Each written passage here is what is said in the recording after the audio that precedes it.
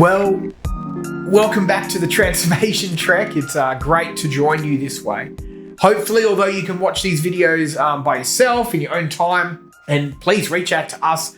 Hopefully, the process of this is encouraging you to find some people that you can watch this together and ultimately discuss and wrestle out these practices we are exploring, these ways of Jesus.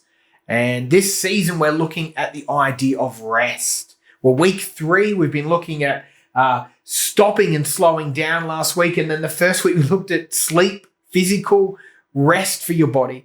And then this week, we're continuing on the journey of exploring the hard work of rest. But before we get into it, I wanted you to think about the reputation of followers of Jesus and what they have in the world. And sometimes it's awesome, which is great. But I wonder if words like joy, fun, fullness of life. I wonder if those type of concepts come to your mind when you think of how other people describe Christians or followers of Jesus. If I had to guess, I would say it's not the tip of their tongue. If I had to guess, we are often, or the way people talk about followers of Jesus has come from an experience, or unfortunately sometimes a negative experience. Not all the time, of course not. But if they're quite vocal about it, it'll be more like fun police, or it'll be more like depressing or oppressing, is how often people describe followers of Jesus. And of course, that comes from experience of what is people probably being very religious. And we can't help ourselves. We do it with every concept, every area of our life, humankind. When they enjoy something, when you like something, when you're passionate about something, we can become overzealous. Whether we're first getting into fitness, whether we're first getting into certain diets, whether we're first getting into a hobby or interest, whether it's Star Wars, Marvel films, or Christianity or spirituality or following Jesus, the humankind just can't help themselves but sometimes go through stages of religiousness. And the scripture you're going to look at today finds it in a time and a place where people were very religious, very protective around what they believed, and I don't ever believe intentionally, but just ultimately led them to be extremely oppressive in their religiosity. And it's not good. It's not the ways of Jesus, which we're going to unpack today, but there's a story in there, and you guys are going to explore this soon in Mark 2:23. But there's a story of Jesus walking through a field, and he picks some wheat and he eats it. He's hungry. And it's on a Sabbath. It's on their day of rest in the Jewish calendar or Jewish week. And on this Sabbath, he's picked up and he's eaten. It sounds fine. Hey, it sounds completely fine. There's a bit of wheat. It's not going to hurt anybody. He's not harvesting a whole field. He's just taking a bit of wheat and his disciples, and they're just eating a little bit. And the Pharisees, the religious priests or pastors or the equivalent of that time, get extremely annoyed. And they get annoyed because he's what? He's working. He's farming, essentially. I know it's ridiculous, but you can imagine this culture, you can imagine this type of religious culture even today.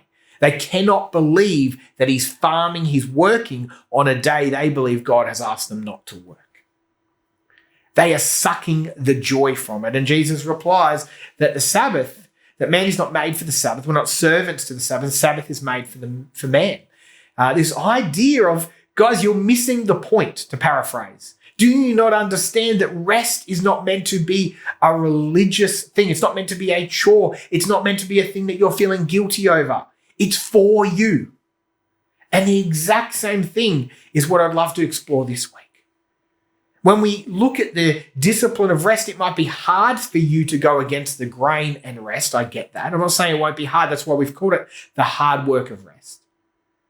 But in the exact same breath, I want to say it's meant to be enjoyed. This all runs way deeper in how we view God if we believe he is actually good for you. If he wants good for you.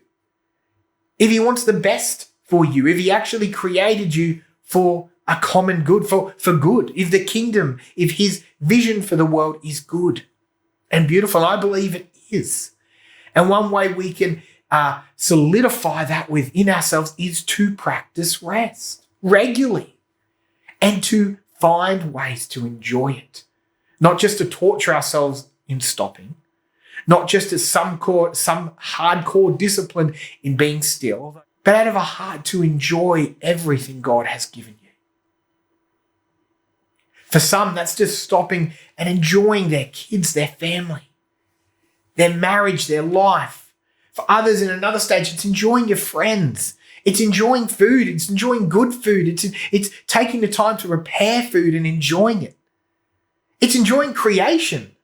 It's taking the time to enjoy everything that you've been given. Now, some of you will say, I don't have that much. That's okay. You have something you can enjoy.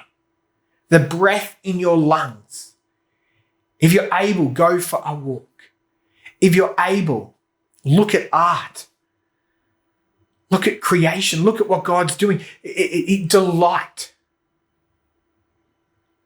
And I know this sounds like a strange thing to encourage you to do, but when you really think about it, so many of us are so caught up in the busy, worshiping, productive culture we talked about last week that we forget, or maybe we're trying to please God, that we forget, like these Pharisees in this story, that we forget to enjoy some of it. Now, I'm not talking about overconsumption. I'm not talking about gluttony. I'm not talking about abusing that. I'm not talking making every day a rest day. I'm not talking about laziness. Calm down. I'm not talking about that. I'm not talking about overconsumption. I'm talking about in its place, in a productive pattern, finding delight in rest. And so there's where my question lines will be for you guys this week. How do you delight in God? What does it look like for you? How do you enjoy? What do you have that you can, I guess, be grateful for? But what ways can you delight and rest out of gratitude in God? What things in creation can you enjoy? How do you enjoy creation? And then while you gathered, why don't you do a bit of recap? We're 3 weeks in. Why don't you talk about what are you enjoying or finding challenging about this practice? Have a look at the verse, discuss, wrestle, kick it round.